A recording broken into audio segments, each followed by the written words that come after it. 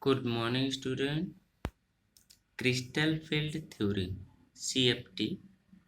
So this theory was developed by the Hans and Bethe in 1929 and the John von in 1932 and give much more explanation for the bonding and properties of the complexes. First of all, it is given by the Hans Bethe, but more explanation given by the John von Wilhelm.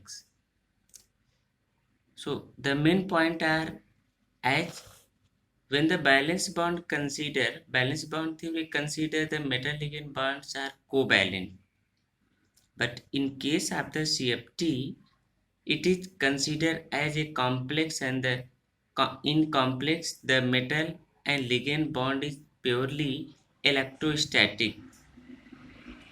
The interaction between these metal ions and the ligands are just like as crystals. It means like ionic crystal, therefore name is crystal field theory. If the ligand is an anions, it means the negative charge ions. So it have a negative poles and metal have a positive poles. These interaction are. But in case of the ligands neutrals molecules like ammonia NH3 and H2O waters, the negative ions of the water and ammonia because it have a negative ions like O. So they dipole attracted toward the metal ions. It means the both cases neutrals and the negative ligands, the negative poles of the ligand and positive pole of the central metal ions are attracted towards this make the electrostatic forces, and due to these forces arising the bonding, when the ligands are approach central metal atoms, the electron of the central metal atoms and those of the ligands repel each other. When ligands are approach central metal atoms, जब central metal atom से ligands approach करता है तो इस case में electrons of central metal atom and ligands are repel each other. The repulsion created, and due to these repulsions, d orbitals are split into the two set of orbitals T2G 3 means dxy, dyz and dyx, and the Eg group. Eg means dx square minus y square and z square, two orbitals. These are known as T2G and Eg group and crystal field splitting orbitals. The d orbitals lying in the direction of the ligands have a greater energy, and the repulsion also, while the ligands lying between the ligands and the less energy. जो below the ligands, जो orbitals below होते हैं उसका repulsion greater होता है तो energy भी greater होता है, but those are between the ligands have a less energy and less repulsion. These are less and higher energy gap of this is called the octahedral energy gap and can be represented by the octahedral energy gaps. So this is represented by this orbital and energy is called the crystal field splitting energy CFSC, and it is equal to 10 dq, and the nature of complexes and geometry also depend, and this is changes according to the geometry and the nature, so energy gap may be changed. on the basis of weak and strong field ligands. Next, number points.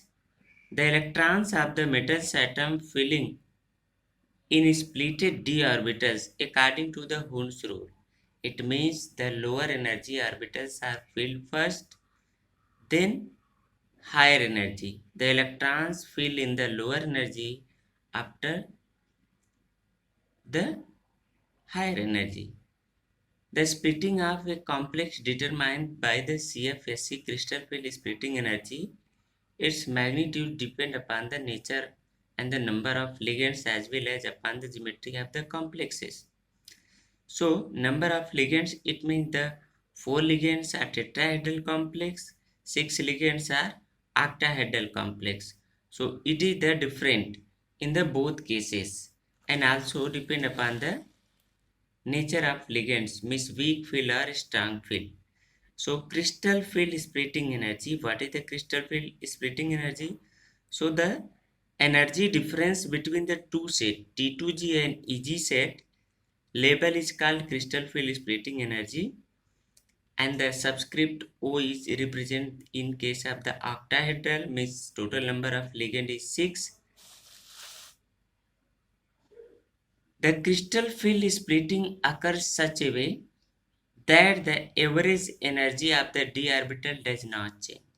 This splitting do in this way, the average energy do not change. That means the three orbitals lie at the energy that is the 2 by 5 CFSC below average d orbitals, and two d orbitals lie at the energy 3 by 5 above the average energy, means above the average and below the energy.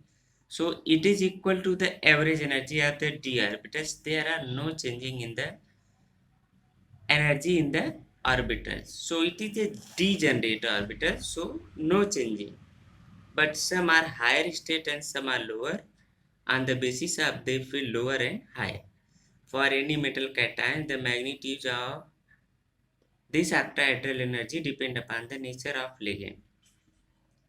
यह metal जो cations होते हैं इसका magnitude depend करता है कि nature of ligand कैसा है.